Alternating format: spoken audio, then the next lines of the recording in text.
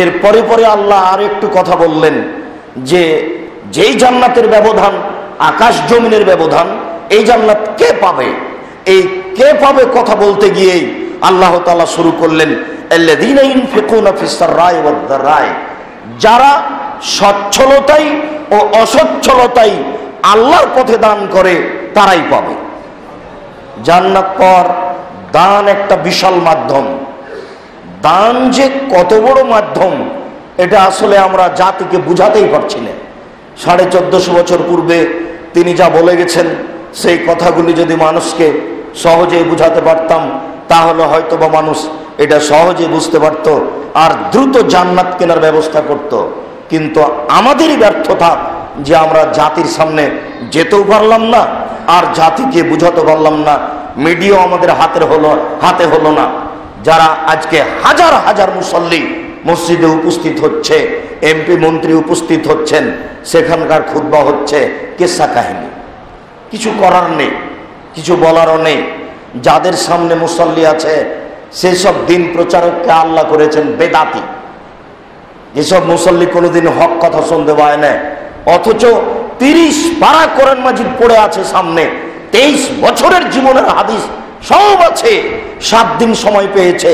তার উচিত ছিল খুতবার জন্য 20টা হাদিস মুখস্থ করা, 3টা আয়াত মুখস্থ করা, একবারে জোরালো কণ্ঠে 20টা হাদিস 3টা আয়াত মুখস্থ করে মানুষকে শুনিয়ে দিত। একটা বিষয়কে সামনে রেখে মসজিদের মুসল্লিরা বুঝে নিত যে এইভাবে চললে তাকে গর্ব অহংকার বলে। মানুষ বুঝে নিত এইভাবে খাওয়া পান করা করতে হয়, চলতে হয়। মানুষ বুঝে নিত এইভাবে চললে জুলুম অহংকার হয়। কিন্তু দুঃখিত, আমাদেরই ব্যর্থতা, জাতির সামনে আমরা আসতে পারলাম না। মহান আল্লাহ বললেন সচ্ছলতা অসচ্ছলতাই যারা দান করে তারাই এই জান্নাত পাবে। এরপরে তিনি বললেন যে এরপরে ইনফিকুনা ফিস সাররাই ওয়াদ দাররাই ওয়াল কাযিমিনাল গায়জ, যারা ক্রোধকে সংবরণশীল করতে পারে। এইটা হচ্ছে আমাদের সাথে সম্পৃক্ত কথা।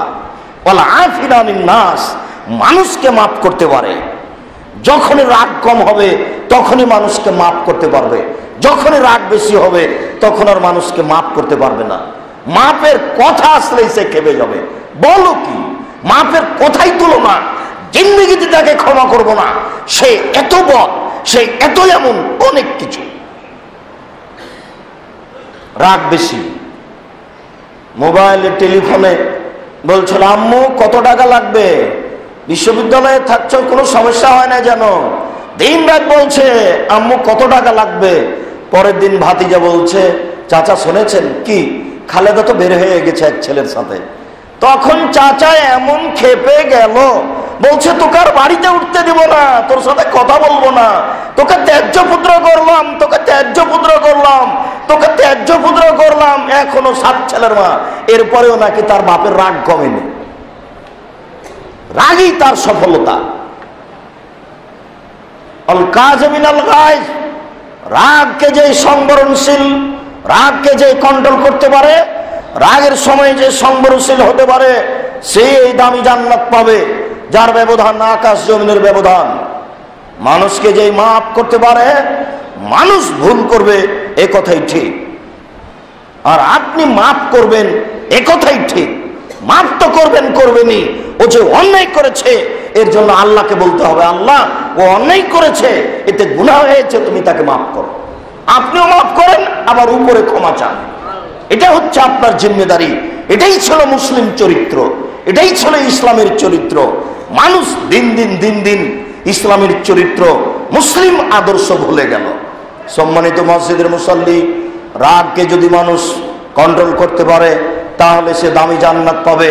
এটাই হচ্ছে অহংকার না থাকার, অহংকার কমে যাওয়ার প্রমাণ।